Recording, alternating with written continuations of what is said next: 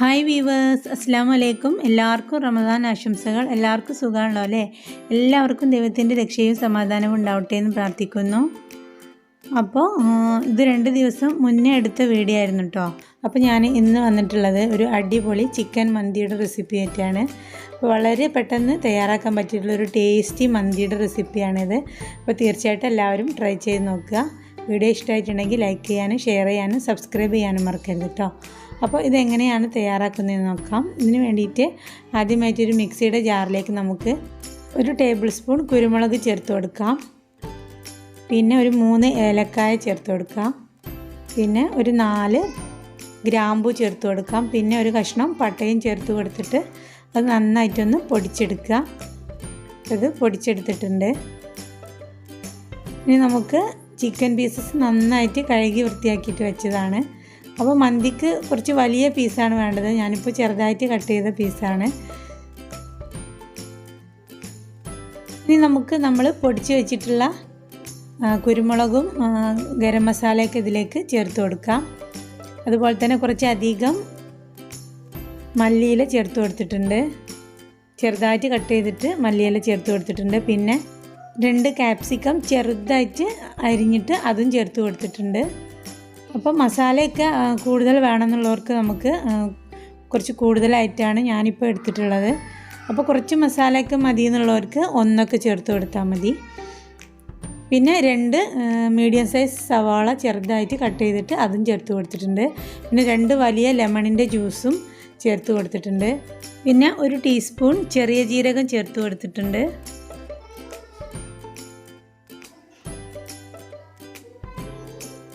ഇനി ഞാനൊരു table spoon Kashmiri chilli powder ചേർത്ത് കൊടുക്കുന്നുണ്ട്, ഒരു കളറിന് വേണ്ടിയിട്ടാണ്.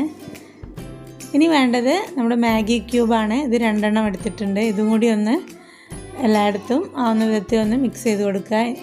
ഇനി ഇത് നന്നായിട്ട് നമുക്ക് എല്ലായിടത്തും എല്ലാ മസാല എല്ലായിടത്തും ആവുന്ന പോലെ നന്നായിട്ടൊന്ന് മിക്സ് ചെയ്തെടുക്കണം. ഇനി ആവശ്യത്തിന് ഉപ്പ് ചേർത്ത് കൊടുത്തിട്ടില്ലായിരുന്നു. ആവശ്യത്തിന് ഉപ്പ് ചേർത്ത് കൊടുക്കുക.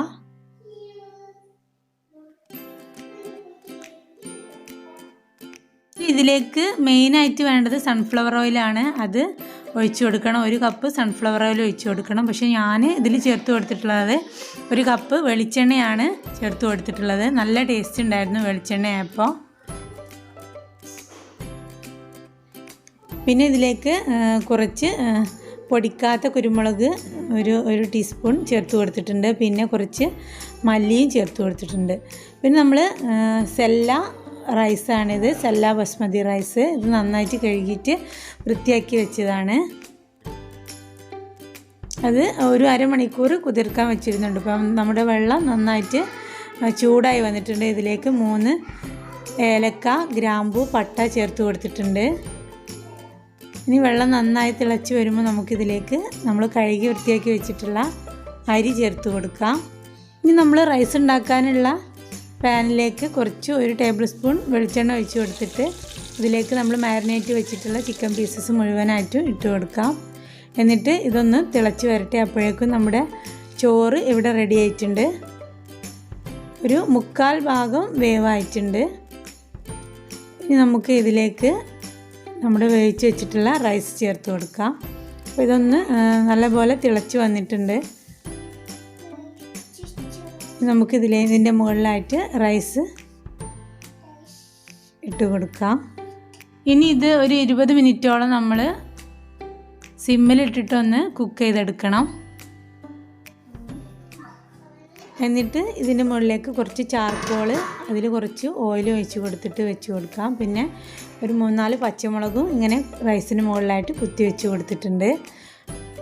പിന്നെ 1 ടീസ്പൂൺ മഞ്ഞൾപ്പൊടി കുറച്ച് വെള്ളത്തിലൊന്ന് കലക്കിയിട്ട് അതൊഴിച്ച് കൊടുത്തിട്ടുണ്ട്. അതുപോലെ തന്നെ റെഡ് ഫുഡ് കളറും മറ്റൊരു പാത്രത്തിൽ അതുപോലെ മിക്സ് ചെയ്തിട്ട് അതും ഒന്ന് ഒഴിച്ച് കൊടുത്തിട്ടുണ്ട്. നമ്മളെ റൈസിന് 2 കളറിലായിട്ട് 3 കളറിലായിട്ട് കിട്ടാൻ വേണ്ടിയിട്ടാണ് നമ്മൾ ഇങ്ങനെ ചെയ്ത് കൊടുത്തിട്ടുള്ളത്.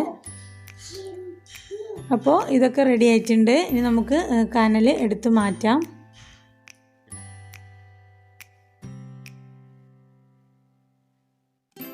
ഇങ്ങനെ കാണാൻ തന്നെ നല്ല ഭംഗിയുണ്ട്.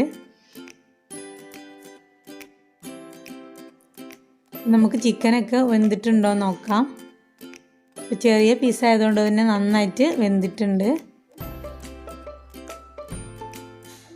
അപ്പോൾ നിങ്ങൾ എടുക്കുമ്പോൾ കുറച്ച് വലിയ പീസാക്കിയിട്ട് എടുക്കുക. മന്തിക്കാവുമ്പോൾ കുറച്ച് വലിയ പീസാണ് നല്ലത്. അപ്പോൾ അത് നന്നായിട്ട് വെന്ത് വന്നിട്ടുണ്ട് ചിക്കൻ പീസൊക്കെ. അപ്പോൾ ഇതിൽ കുറച്ചധികം മല്ലിയില അതുപോലെ തന്നെ വെജിറ്റബിൾസൊക്കെ ചേർത്ത് കൊടുത്ത് നല്ല ടേസ്റ്റ് ഉണ്ടാവും. ഞാനും കുറച്ചധികം ക്യാപ്സിക്കും മല്ലിയില ഒക്കെ ചേർത്ത് കൊടുത്തോണ്ട് നല്ല ടേസ്റ്റ് ഉണ്ടായിരുന്നു. തീർച്ചയായിട്ടും എല്ലാവർക്കും ഇഷ്ടപ്പെടും. അപ്പോൾ വീഡിയോ ഇഷ്ടമായിട്ടുണ്ടെങ്കിൽ ലൈക്ക് ചെയ്യാനും ഷെയർ ചെയ്യാനും സബ്സ്ക്രൈബ് ചെയ്യാനും മറക്കരുത് കേട്ടോ. തൊട്ടടുത്ത ബെല്ലൈക്കൺ എനേബിൾ ചെയ്യണം. അപ്പോൾ അതിൽ ഓൾ എന്നുള്ളൊരു ഓപ്ഷൻ കാണും, അതിൽ ക്ലിക്ക് ചെയ്യണം കേട്ടോ. അപ്പോൾ അടുത്ത് തന്നെ നല്ലൊരു വീഡിയോയുമായിട്ട് കാണുന്നത് വരെ ബൈ.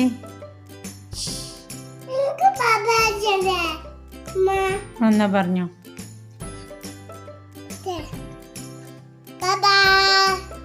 See you.